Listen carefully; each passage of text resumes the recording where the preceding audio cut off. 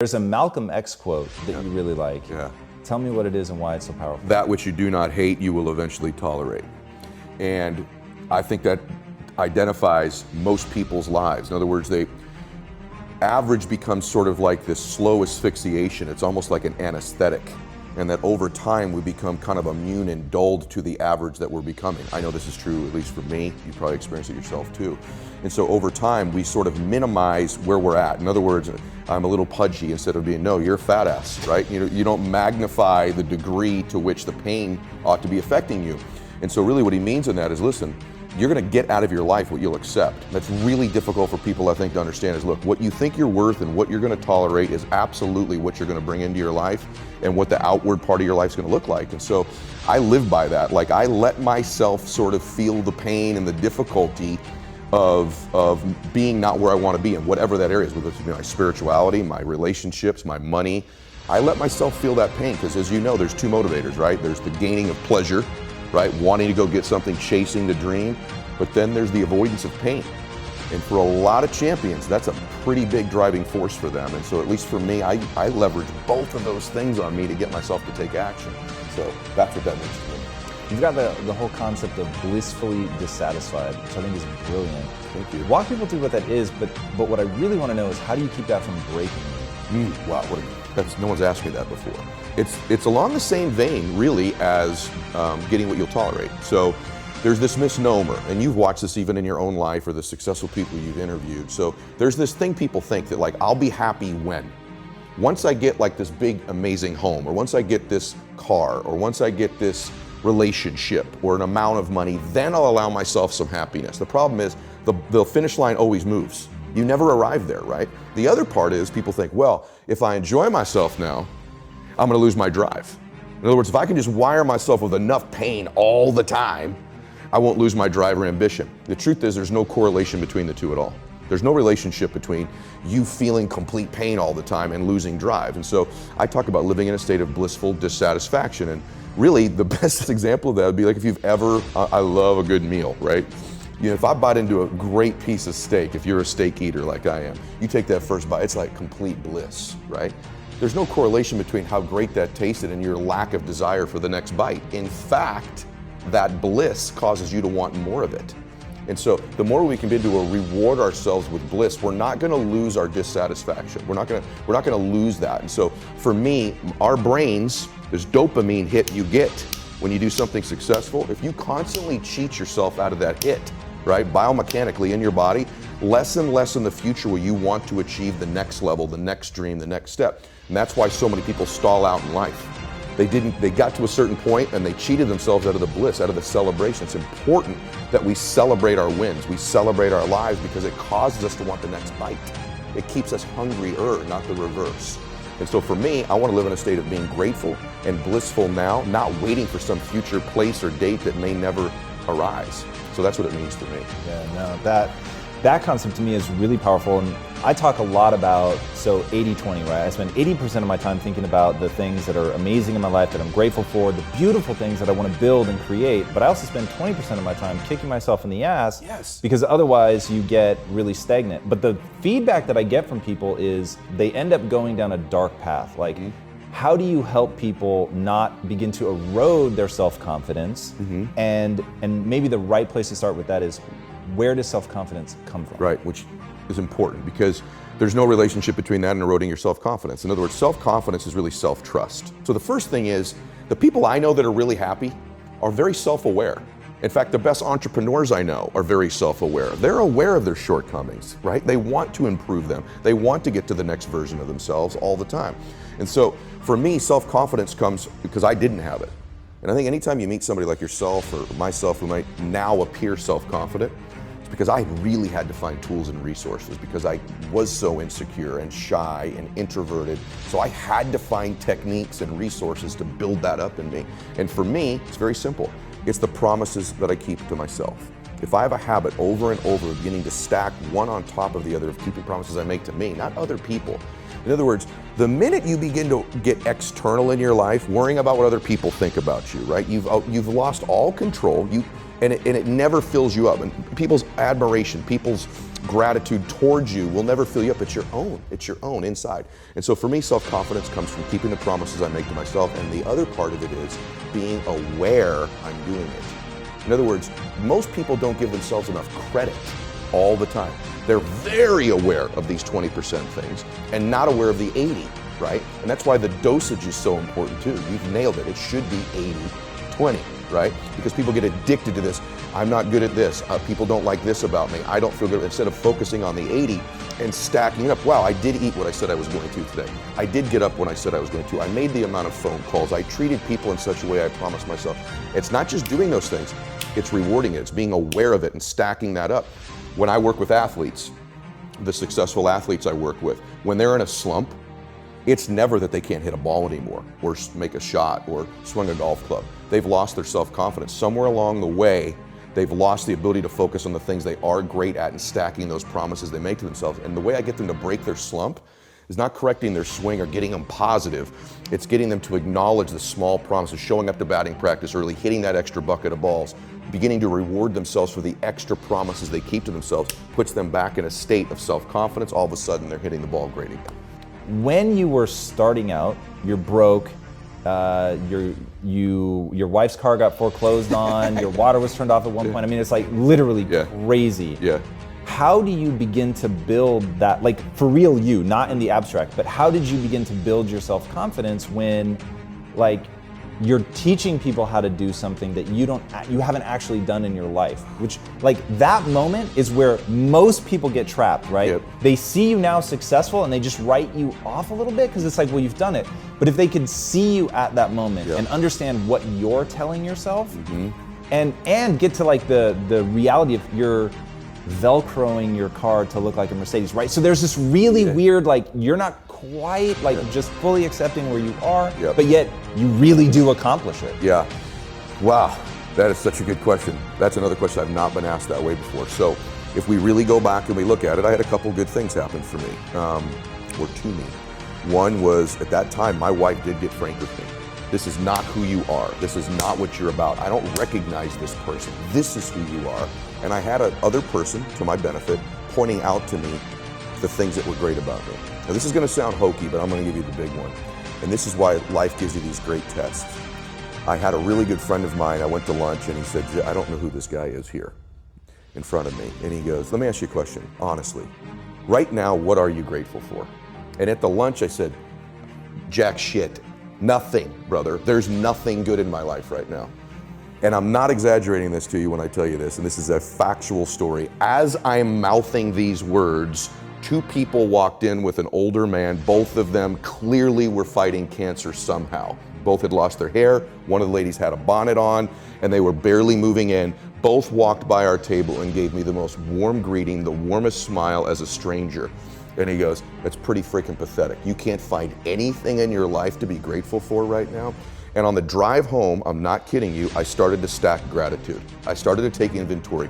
Because if you can find things to be grateful for in that space, man, is your life gonna be rich when there really are external things to be grateful for. So my first mechanism out of that space was honestly to stack the things I was grateful for, and I started reinforcing it over and over and over again. And what happens is there's this reticular activating system in our brains, right?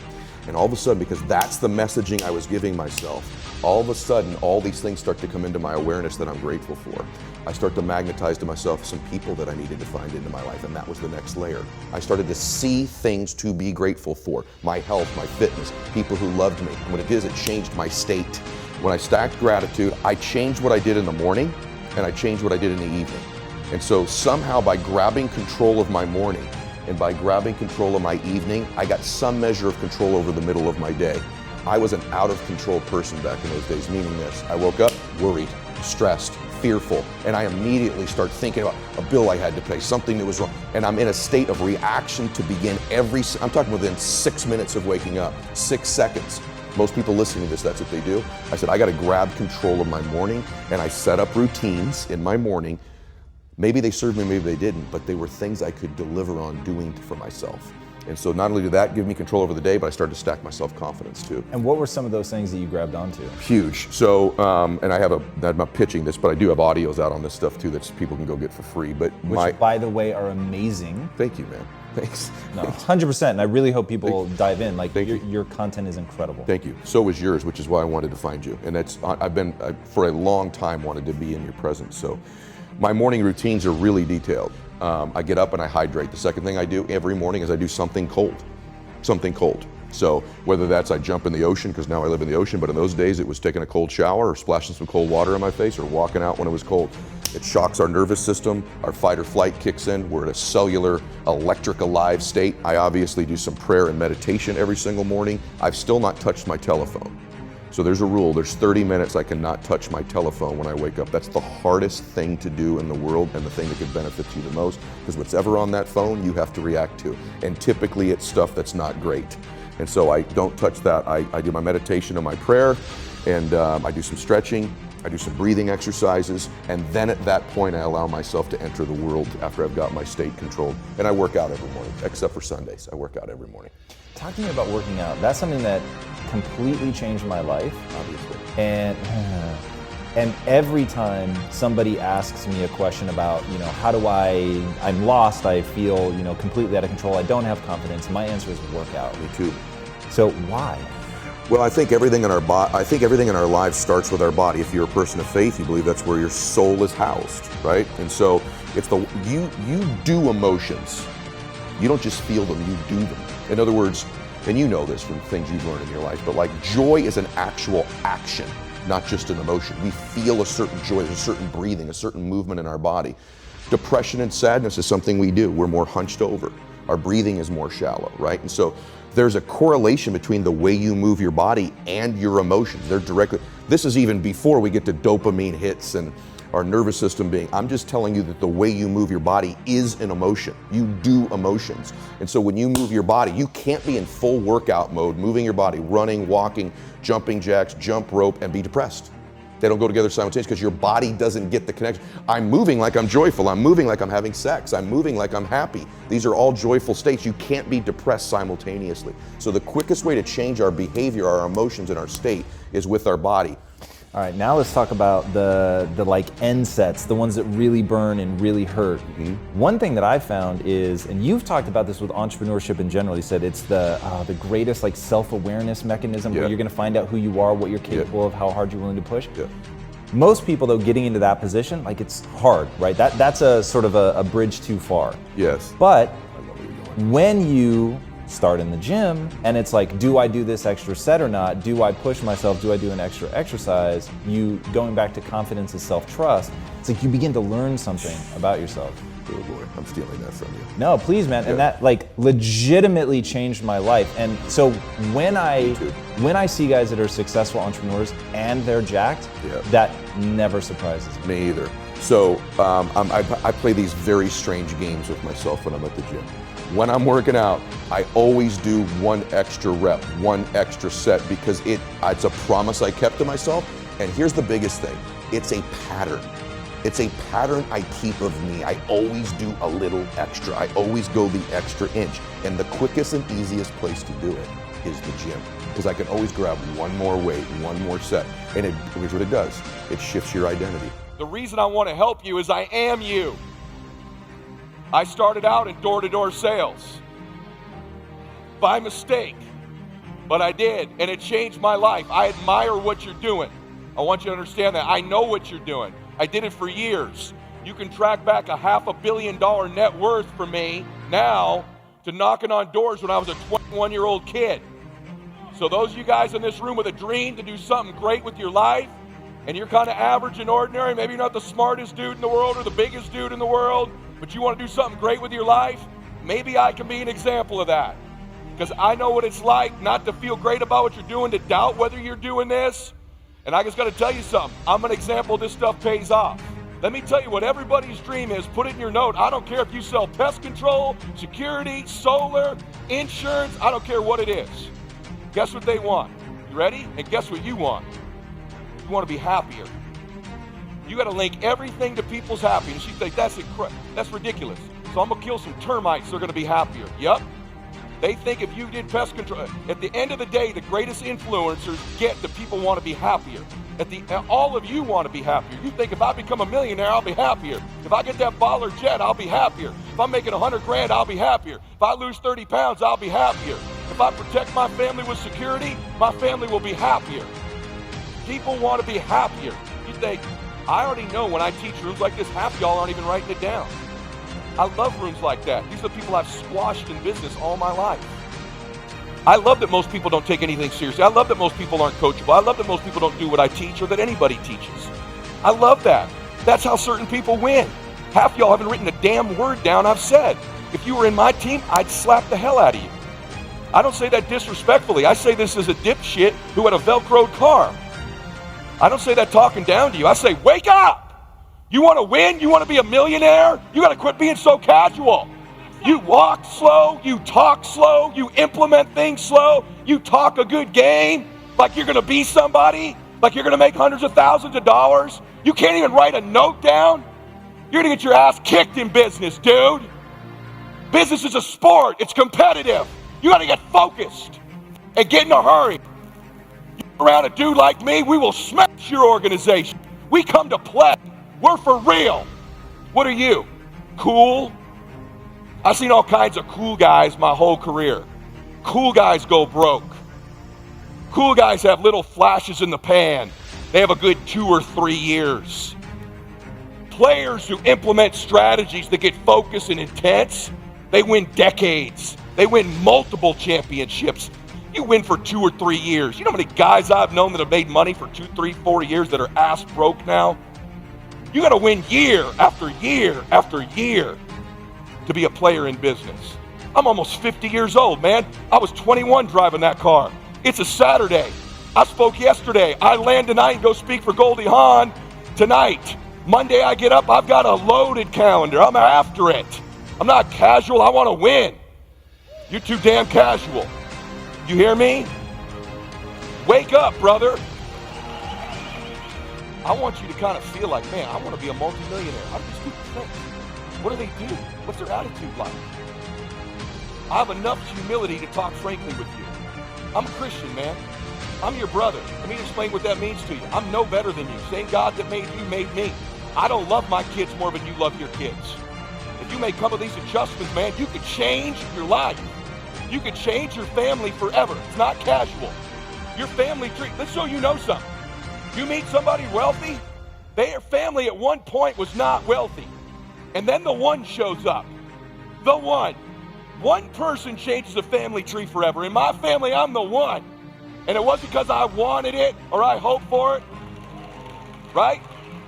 Hey, I fought for it. I fight for the inches. Give me the info. Tell me what to tweak. I like that evangelist thing. Man, that stuff about influence is awesome. I thought he was smarter than me. Turns out he's dumber than me. I want to win. I want to fight for my family. I want my mom and dad proud of me. I want my kids proud of me. I want me proud of me. I want to look in the mirror and be happy with the man I look back at. That he gave it everything. That he went for it. Everything he's got. That's what I want for you. I want you to be happy with you, not cool, where you fake it in front of it for everybody here. I mean, when you're alone and you're brushing your teeth, you're driving in the car, you look up and go, I'm proud of you, man. I'm proud of you, brother. I'm proud of you, sister. And you feel it. That's what I want for you. And every once in a while, you need someone to come along and go, come on, let's go. I don't care what level you're at. I'm talking to me as much as I'm talking to you. All kinds of things I ain't doing like I need to be doing. Now, why do I tell you all this? Why do I tell you all this? Because there came a point where we stopped playing and we decided to win. We intended to win. Everything has to do with you intending to win. Too many of you are playing with your business. If you make that shift, I'm going to win. We're going to play to win now. We're not playing to play. We're not playing to see how we do. We're not playing for fun.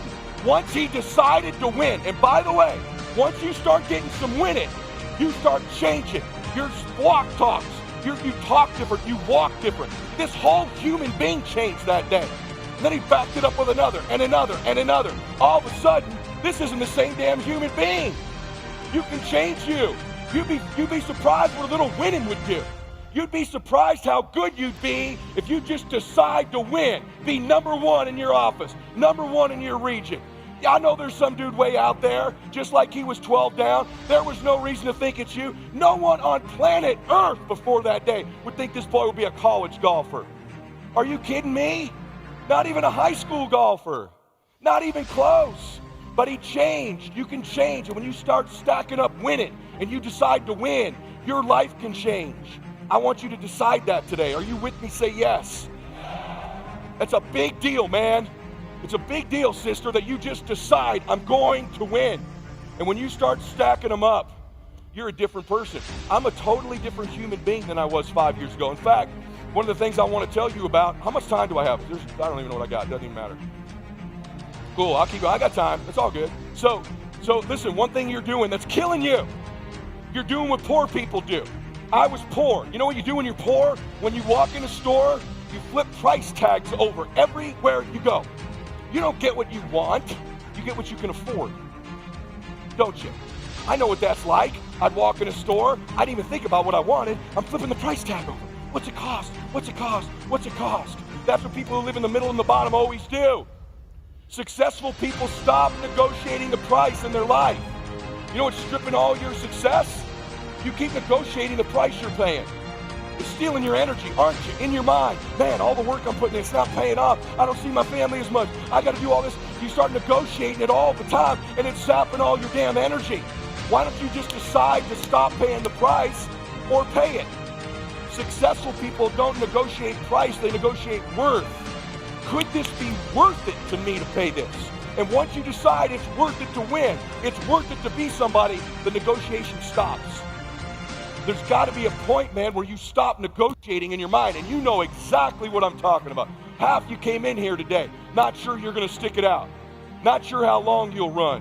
I know you can do something great with your life, sister. I know you can. And there was some point in your life when you were a little boy or a little girl that you thought you were special. You knew you weren't average and ordinary. Maybe you forgot, but there was a moment, I promise you, there was probably one person, too, in your life.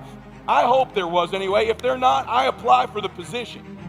I'll help you through my podcast, my YouTube, my social media. It would be an honor to contribute a little drop in the ocean of your life to helping you win, man. Let me tell you something. I have this hallucination. You can change the chapters in the book of your life if you want to. There's a book being written about you. Even if you don't have faith, would you agree someone's probably paying attention to that you're here? Yes or no? Yes? You can decide, you and God, or you and whatever you believe, you're the author. You can turn the page just like Max did on that golf course. I'm no longer that guy. I'm going to walk different, talk different, think different. It might be a year, 2, 3 before you make your putt. It might be a year, 2, 3, 4 before you get your big win. But you can decide now, I'm going to walk, talk, and be a different person. You decide that. You're the lead character in the story of your life. But too many of you let what I call the extras of life dictate where you're going. You know the extras, you watch a movie, at the end they get the lead characters, then at the end it's like cab driver number 2, bouncer number 3. You don't even know their damn names. But in your life, you let those people dictate what you do. You're afraid to knock the door. You're afraid to go for it because cab driver number 2 in your life might reject you. How about you start playing the game for the main characters?